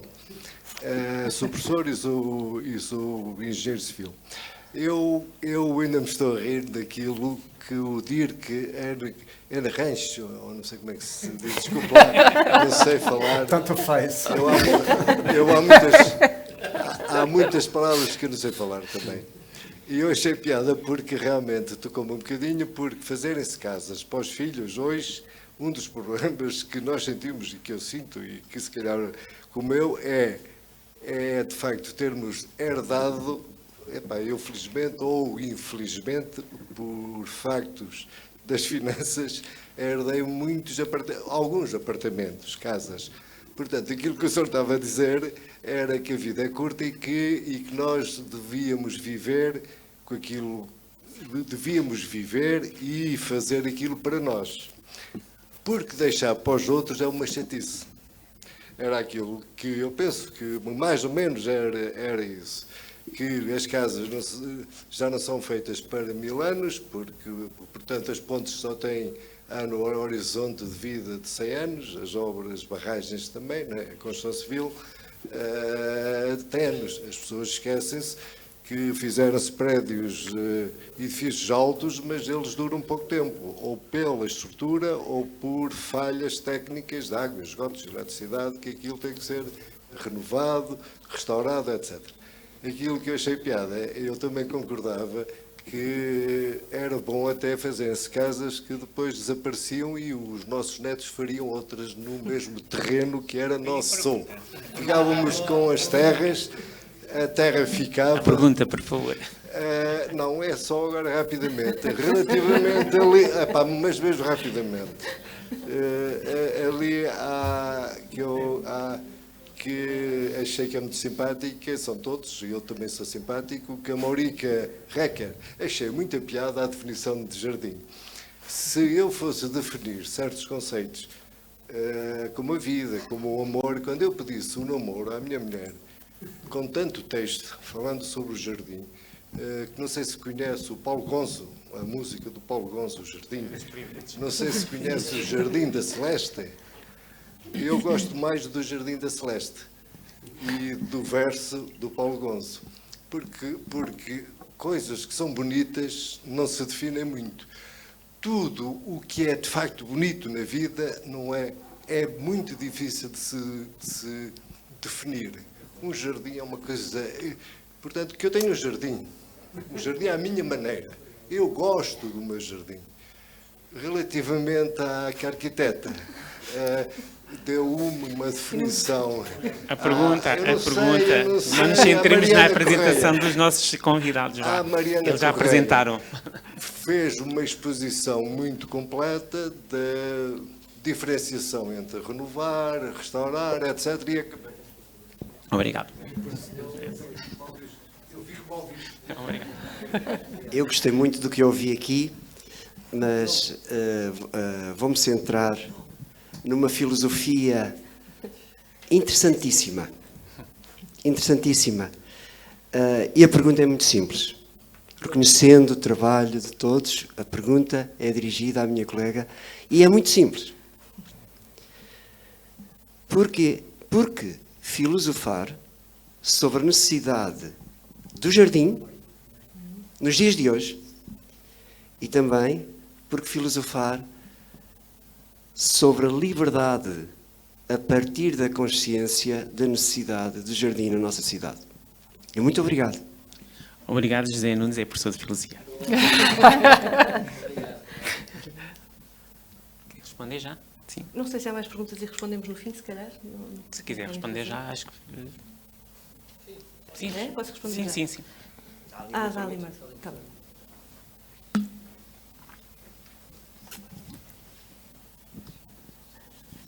Muito obrigado. Eu vou ser muito breve e peço desculpa, não é uma pergunta, é um comentário, mas será brevíssimo. O senhor engenheiro fez aí referência a...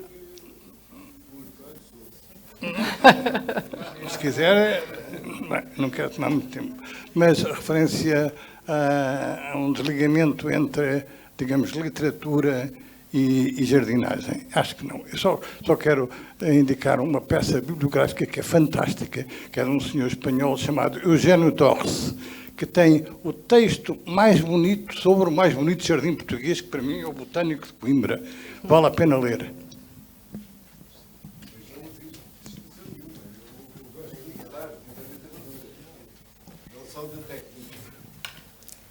Mais alguma pergunta?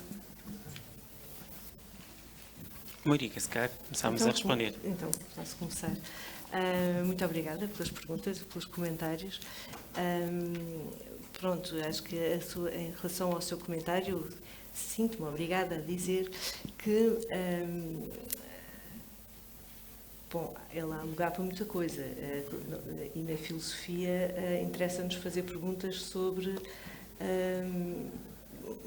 bom, eu acho que na filosofia interessa-nos fazer perguntas sobre tudo e mesmo sobre as coisas que às vezes que nos parecem, e justamente sobre as coisas que nos parecem muito claras e muito óbvias. O que nos interessa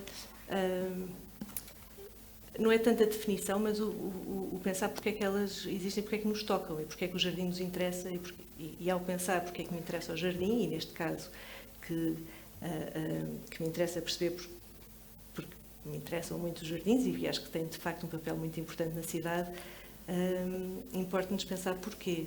Não me interessa definir exatamente que tipo de jardim ou descrever os jardins, isso há lugar na história da jardinagem ou na história da arte, e há várias valentes, ou na poesia ou na música, mas do ponto de vista do pensamento, e o que é que é muito, e aqui começo a responder à segunda pergunta, o porquê filosofar sobre o jardim, é porque é um lugar que nos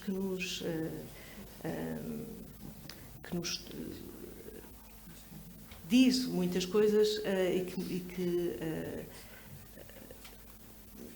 é um lugar de vida que nos inspira. Obrigada, exatamente. É um lugar que nos inspira e tentar perceber porquê que nos inspira tanto, ou porquê que em culturas tão diferentes há jardins, todos diferentes, e porquê que são diferentes, o que é que por isso é que tentei pensar o que é que faz do jardim um jardim e porquê é que o jardim nos toca tanto ou nos diz tanto e porquê é que nos faz falta.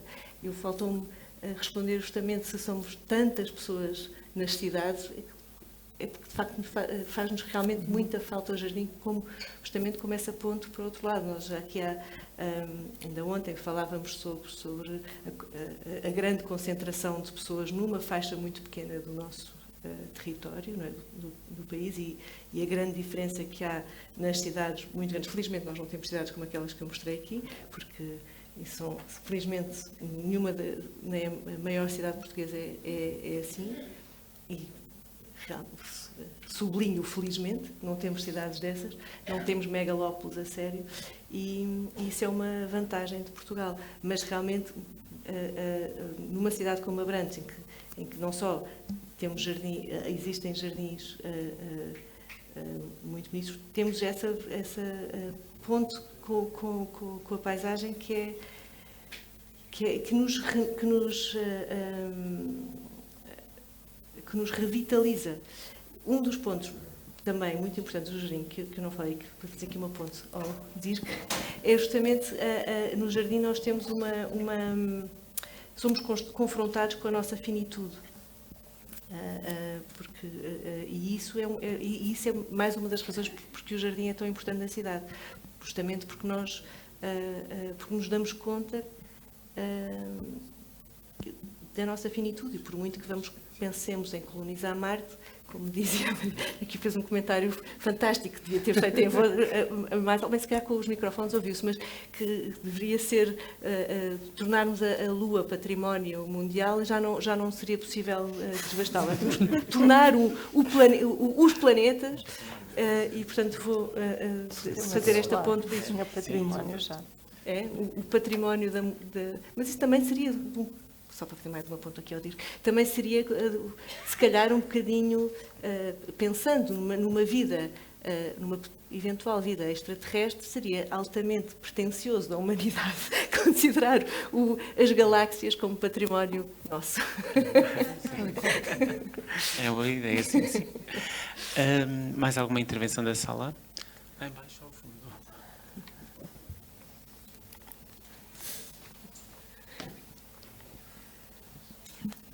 Boa tarde. Boa tarde. O meu nome é Miriam, sou investigadora de Porto. É uma pergunta para a Mariana sobre a sua parte final da apresentação, em que falou sobre a importância da participação das pessoas nestes processos todos, e realmente eu concordo inteiramente que é uma questão que eu acho que é muito importante. E a minha pergunta é só, porque acho que não há muita cultura de participação no nosso país. E, na sua opinião, o que acha que seria importante fazer para que haja mais cultura de participação e para que as pessoas participem mais? Sei que pode ser muita coisa. Verdade. Posso falar por aqui? Procura do microfone. Obrigada, Miriam. É interessante porque nós temos essa discussão muitas vezes em casa ao jantar. Porque, assim, do meu ponto de vista, nós não podemos estar a dar a nossa opinião sobre os outros, mas temos que ser nós a participar na sociedade como exemplo para os nossos filhos, não é? E depois, ao termos uma sociedade mais ativa, então, e mais participativa, mais cívica, então sim, podemos querer alterá-la, porque é muito fácil, toda a gente é um bocadinho treinador de futebol, como se costuma dizer, não é? E a mesma situação, somos críticos em relação aos outros, mas depois as pessoas não tomam parte, não são ativos. E isso é um problema muito do sul da Europa, no caso europeu, e porque estamos muitas vezes à espera que o Estado faça. E nós vamos atrás, não é? E por isso é que a diferença marca-se em nossa casa, com os nossos filhos. Nós temos que educar the next generation, não é? A próxima geração, a ser mais ativa. Isso, por exemplo, fez-me, há uns 2 anos atrás, fez-me uma confusão enorme o facto de terem solicitado aos pais para participarem numa formação, numa biblioteca em Caminha, que os meus filhos estão na escola de Caminha, numa formação sobre crime digital, ou seja, para os miúdos estarem a par de como é que podem ser aliciados, etc. Estamos a falar de uma escola com 800 e tal miúdos, ok? Eu e o meu marido e os meus filhos fomos a única família que apareceu. Os outros era 9h30 da noite. Os outros que participámos, os outros eram familiares do coordenador da biblioteca, familiar do senhor da biblioteca, as pessoas que vieram de Braga de propósito dar essa formação, etc. Isso só demonstra como o português prefere, está muito frio, amanhã, o próximo, eu vou, mas no próximo, não é? Não neste, no próximo. É o futuro, como nós dizíamos há bocado. E isto realmente não podemos estar a pedir aos outros para alterar quando nós não o fazemos. Deram-nos uma série de insights, como nós podíamos alterar as coisas, como é que nós podíamos estar atentos, etc. E foi super interessante. E, sobretudo, tivemos também um diálogo entre as gerações, não é? E as sociedades, a grande diferença, em vez de estarmos à espera do Estado, estes encontros são fundamentais. Por isso, os nossos parabéns, acho que são comuns, realmente, por esta iniciativa. E, sobretudo, porque não é filosofia isolada, é filosofia nós falámos há bocado, não é só interdisciplinar, porque interdisciplinar significa que estamos isolados uns dos outros, não é? É multicultural e é multidisciplinar, é transversal e, sobretudo, discutirmos sobre uma melhor sociedade e como é que nós podemos contribuir para essa mudança. Desculpa, eu comecei a filosofar. Obrigado, Mariana. Mais alguém? Luís, para terminar então, estamos quase no limite do tempo. A Mariana acabou por responder àquilo que eu queria, à pergunta que gostaria de colocar à mesa. Porque é muito no sentido que a Miriam agora acabou de questionar. Mas num festival de pensamento, porque é neste cruzamento que procuramos investir. E nesta dinâmica da participação cidadã e das dinâmicas de intervenção crítica e da própria intervenção comunitária, naturalmente com um painel como este acaba por ter todo sentido neste festival, com este tema, com tudo aquilo que aconteceu e com aquilo que ainda vai acontecer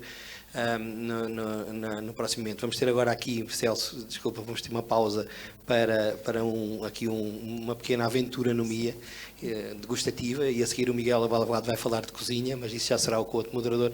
Mas queria deixar aqui no ar esta pergunta à mesa, que é: nós todos somos sujeitos a instrumentos de planeamento, os PDMs, em que de facto é pedida a consulta pública, há um conjunto de entidades que se sobrepõem às vezes até umas às outras, e de facto a participação é muito, muito escassa. Raramente nos períodos de discussão pública, são 30 dias e são raras de facto as sugestões, pistas ou desafios que são lançados perante esses instrumentos. Mas a pergunta é, se calhar, tão ingênua quanto ignorante, e eu peço desculpa aos filósofos e aos arquitetos e aos professores, porque efetivamente, perante uma necessidade de reterritorializar uma cidade que nós sabemos que necessita de jardins, uma necessidade que tem paisagens, uma cidade, lato sensu, do ponto de vista abstrato, que tem uma paisagem urbana histórica que de facto é marcada por multiplicidades de índole diversa, com tanta gente a pensar as cidades. Como é que nós continuamos a cometer erros como aqueles que nós vemos, por exemplo, na Ilha de Moçambique, que é uma coisa que eu confesso que fiquei surpreendidíssimo pela cartografia e pela forma como foi aqui suscitada. Eu julgava que a Ilha de Moçambique era um paraíso do urbanismo. E sobretudo porque, de facto, nós, e temos visto isto ao longo dos últimos tempos, estão aqui geógrafos e arquitetos altamente conceituados desde há longas décadas, dizer como é que nós continuamos a cometer estes erros. E será que é só os políticos, os decisores que incitam ao cometimento desses erros? Obrigado. Obrigado, Luís. Desculpa. Só para associar uma questão ali, só mesmo para terminar, porque estamos no limite de tempo, muito rápido, e depois respondem em sequência. Se calhar falar porque ainda não falou. Boa noite. Muito rápido, sim. Boa tarde. Bem-ajam pela vossa contribuição. Eu tenho duas questões, antes de mais. Eu, neste momento, a minha rua foi transformada numa estrada nacional. Eu saio de casa, posso ser atropelado, se não for roubado, ou assaltado, outra coisa que o valha, furtado. E outra coisa é, a estrada nacional tem uma margem de 5, 10, 15, 20, 30 metros de segurança, e elas não são efetivas. Eu dou-lhe um exemplo, a nacional, por exemplo, 119, começa ali na zona de um cruzamento, portanto, Campo de Alcochete, de um lado, e depois do outro lado tem um polígono de uma herdade já de centenas de anos, e aí a distância é mantida, mas depois já não. A estrada 119, a 118 então ainda é mais caricato aqui para Lisboa, não é? Portanto, antigamente o Tejo era navegável até as questões, desculpe. Até Espanha. As questões. Sim, portanto, e a questão é esta, é porque é que e em 2017 morreram centenas de pessoas, dezenas ou centenas, se calhar muito mais, portanto, e continuamos na mesma. Portanto, são só estas duas questões. Portanto, neste caso, nós somos filhos do vento e da estrada, portanto, e queremos ser imortais, portanto, e estamos sempre em tentar saber de onde viemos, quem somos e para onde vamos, não é? Neste momento sabemos mais ou menos o que é que somos, não é? Somos 18 elementos da tabela periódica e por aí além, portanto, eles são ativeiros ou nuclear, portanto, e estamos sempre em fusão. As questões. Mas a questão mantém-se essa, é porque é que a dificuldade de deslocação. Obrigado. pode responder. Se calhar Sim, Helena. dizia só aqui umas breves palavras sobre esta questão da participação e apanhando alguns dos comentários que foram feitos. É verdade que, de uma maneira geral, os portugueses não se mobilizam muito para o voluntariado, para a participação cívica, etc. Embora isso também esteja a mudar e não seja linear. Mas, no que diz respeito ao urbanismo, também muitas vezes o tempo em que os planos estão abertos à discussão e a forma como a informação é passada não mobiliza, ou seja, porque também não há muita transparência nessa comunicação. E também porque as câmaras, com grandes cumplicidades de vários partidos, não vale a pena estar a especificar, mas há grandes cumplicidades em alterações a esses planos. Eu posso dar um exemplo que talvez seja ilustrativo. Eu vivo em Lisboa, num bairro que é Campo de Ourique, e neste momento nós temos uma mobilização enorme dos habitantes de Campo de Ourique contra a destruição do único jardim que está no centro do bairro, que é o Jardim da Parada. Existe o Jardim da Estrela, já muito colonizado por quiosques e esplanadas, portanto já muito comercializado, e o Jardim da Parada, embora também já bastante ocupado, é um reduto possível dentro de um bairro que tem uma grande intensidade de uso. O plano esteve em discussão há uns anos sobre a expansão da rede do metro, mas não era o plano que vai ser executado agora. Foram preparadas duas zonas, uma em Campo de Ourique, junto ao mercado, onde há um parque de estacionamento subterrâneo, onde facilmente se poderia fazer a ligação ao metro, e outro ponto no Alto Campolide, também com um parque subterrâneo para uma futura ligação ao metro. Isto são coisas que aconteceram há 15 anos, no mínimo, e eis-se não quando o plano é alterado e resolvem os decisores que vai passar pelo Jardim da Parada, e justamente no Jardim da Parada, com árvores centenárias, é que se tem que colocar uma saída do metro. E as pessoas reagem a isto assim que sabem, reagem de uma forma bastante viva e audível. Se virem nas redes sociais, todos os fins de semana há desde ações com música, desenhos de crianças, poesia, enfim, muitas tições, debates, etc. Mas há uma certa intransigência política na destruição do jardim. Portanto, é uma ilusão pensarmos que, num regime democrático, os cidadãos podem inverter o rumo de decisões que foram tomadas na obscuridade e contra aquilo que era o planeamento. Temos que estar alerta porque, neste momento, o acesso à informação é a chave para as decisões serem tomadas e a participação ser desencadeada em tempo útil. Não é? Obrigado, Mariana. Quer alguma intervenção cirúrgica? Não? Bem, já estamos aqui a derrapar com o tempo. Agradecer todos os elementos da mesa, agradecer a todos os presentes. Como o Sr. Vereador disse, a seguir temos um pequeno intervalo com um aperitivo ali no Museu MIA e retoma-se com um novo painel às 18 horas. Muito obrigado. Agora, agradecer também à equipa aqui da Biblioteca e do Museu, que tem sido incansável e respondido a todos os nossos pedidos de uma forma não só expedita, mas também muito simpática. Agradecer essa hospitalidade e esse profissionalismo. Muito obrigado.